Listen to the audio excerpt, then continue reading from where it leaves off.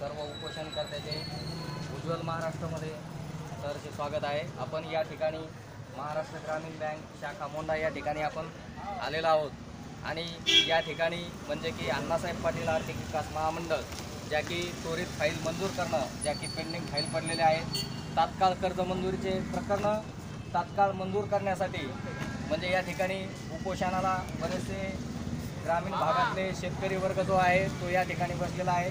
तसेच भारतीय जनता पार्टी युवा तालुका अध्यक्ष संपती ठाकरे साहेब हे या ठिकाणी उपोषणाला आपण बघत आहे बसलेले आहेत, कारण की म्हणजे त्यांच्यावर सुद्धा ही वेळ आलेली आहे की कारण की या बँकेच्या आडमुठ्या कारभारामुळं किंवा मनमानी कारभारामुळं की जे की महाराष्ट्र ग्रामीण बँक जे की वेळोवेळी या ठिकाणी अमोल खवल पाटील असतील, गजानन काळे असतील यांनी अनेक वेळा म्हणजे बँक मॅनेजरला विचारणा केली, तसेच फाईलच्या संदर्भामध्ये सुद्धा त्यांनी विचारणा केलेली आहे। गेल्या आठवड्यामध्ये त्यांनी आढावा घेतला आणि त्याच्यासाठी याच्या पाठपुरावासाठी संपती ठाकरे साहेब यांनी अनेक वेळा बँक मॅनेजरला येऊन भेटले, पाठपुरावा केला, पण त्यांनी शेवटी त्यांना नाईलाज असतो म्हणजे महाराष्ट्र ग्रामीण बँकेसमोर या ठिकाणी आमरण उपोषणाला बसण्याची ही वेळ सर्व शेतकरी व सर्व पक्षाचे की एक प्रतिनिधी यांना सुद्धा आलेली आहे। तरी मी या ठिकाणी संपती ठाकरे यांची प्रतिक्रिया या ठिकाणी उज्ज्वल महाराष्ट्राकडून घेत आहे की आपण जे काही आमरण उपोषण जे आहे तर आपण यासाठी कशासाठी करत आहोत? आम्ही उपोषण यासाठी करत आहोत की शेतकऱ्याला कुठेतरी न्याय मिळावा म्हणून आम्ही हे उपोषण यासाठी करत आहोत की शेतकऱ्याला कुठेतरी न्याय मिळावा।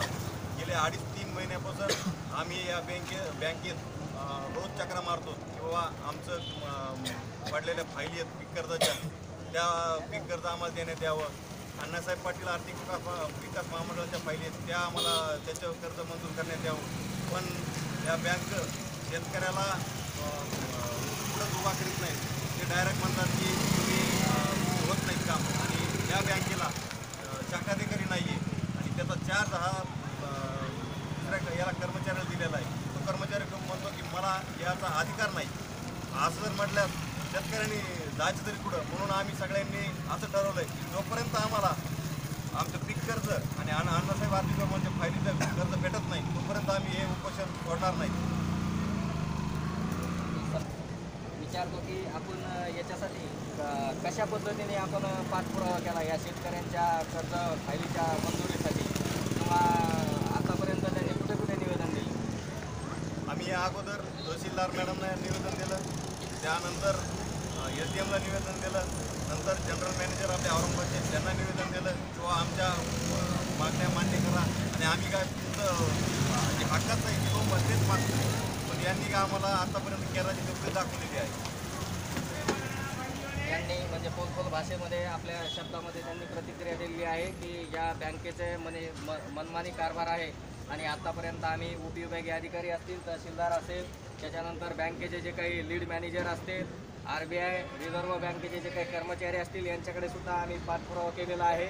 पण या ठिकाणी आम्ही जे की बँकेचे महाराष्ट्र बँकेचे जे काही एक कर्मचारी जे आहे की गेल्या म्हणजे 2 ते 3 महिन्यापासून म्हणजे कोविड-19च्या याच्या संदर्भामधून रजा वगैरे टाकून त्या ठिकाणी मॅनेजर गेलेले आहेत आणि ज्या मॅनेजरकडे चार्ज दिलेला आहे जे की मला वाटतं दांडगे साहेब आहेत, दांडगे आणि देशपांडे साहेब, की त्यांचं असंही म्हणणं आहे की ते गेल्यानंतर म्हणजे त्या ठिकाणी म्हणजे की फायलीचं तर सोडा पण एक चांगल्या पद्धतीची जी काही शिस्त आहे, डिसिप्लिन आहे, हरिरावीची भाषासुद्धा बऱ्याच वेळेला त्यांनी म्हणजे केलेली आहे।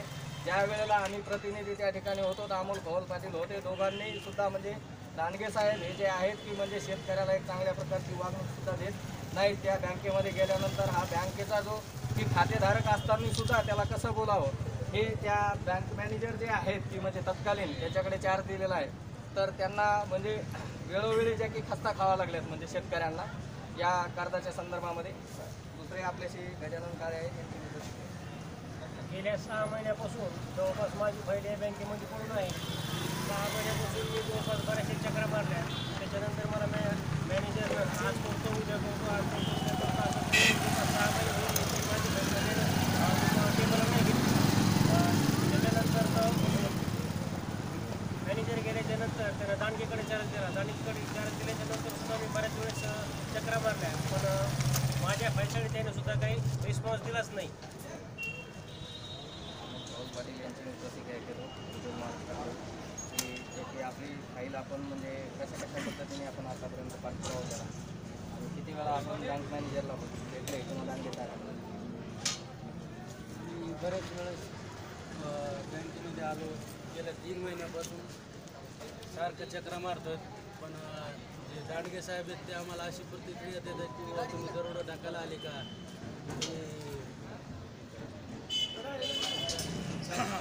तुमच्याकडे बघून घेईन किंवा मी तुमच्याकडे बघेन, अशा प्रतिक्रिया आम्हाला त्यांच्या येतात.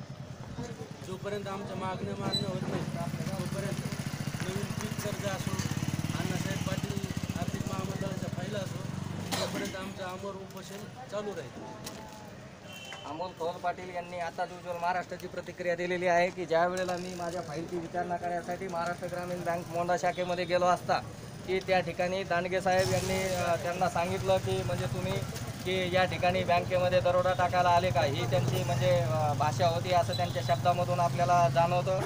आणि दुसरी गोष्ट म्हणजे की त्यांनी सांगितलं की सर्व फाईल तुम्ही तयार करा, मी फाईल करायला तयार आहे. त्यांनी तब्बल 10 ते 12 हजार रुपयेसुद्धा त्या फाईलसाठी खर्च केलेला आहे असंही त्या दिवशी ते म्हटले होते. आणि आत्तासुद्धा त्यांनी या ठिकाणी म्हणजे प्रतिक्रिया दिलेली आहे की सर्व या शेतकऱ्यांचं आणि सर्वांचं म्हणणं असं आहे की जोपर्यंत आमची ही मागणी पूर्ण होत नाही तोपर्यंत हे आमरण उपोषण आम्ही महाराष्ट्र ग्रामीण बँकेसमोर करणार आहोत. उज्ज्वल महाराष्ट्र.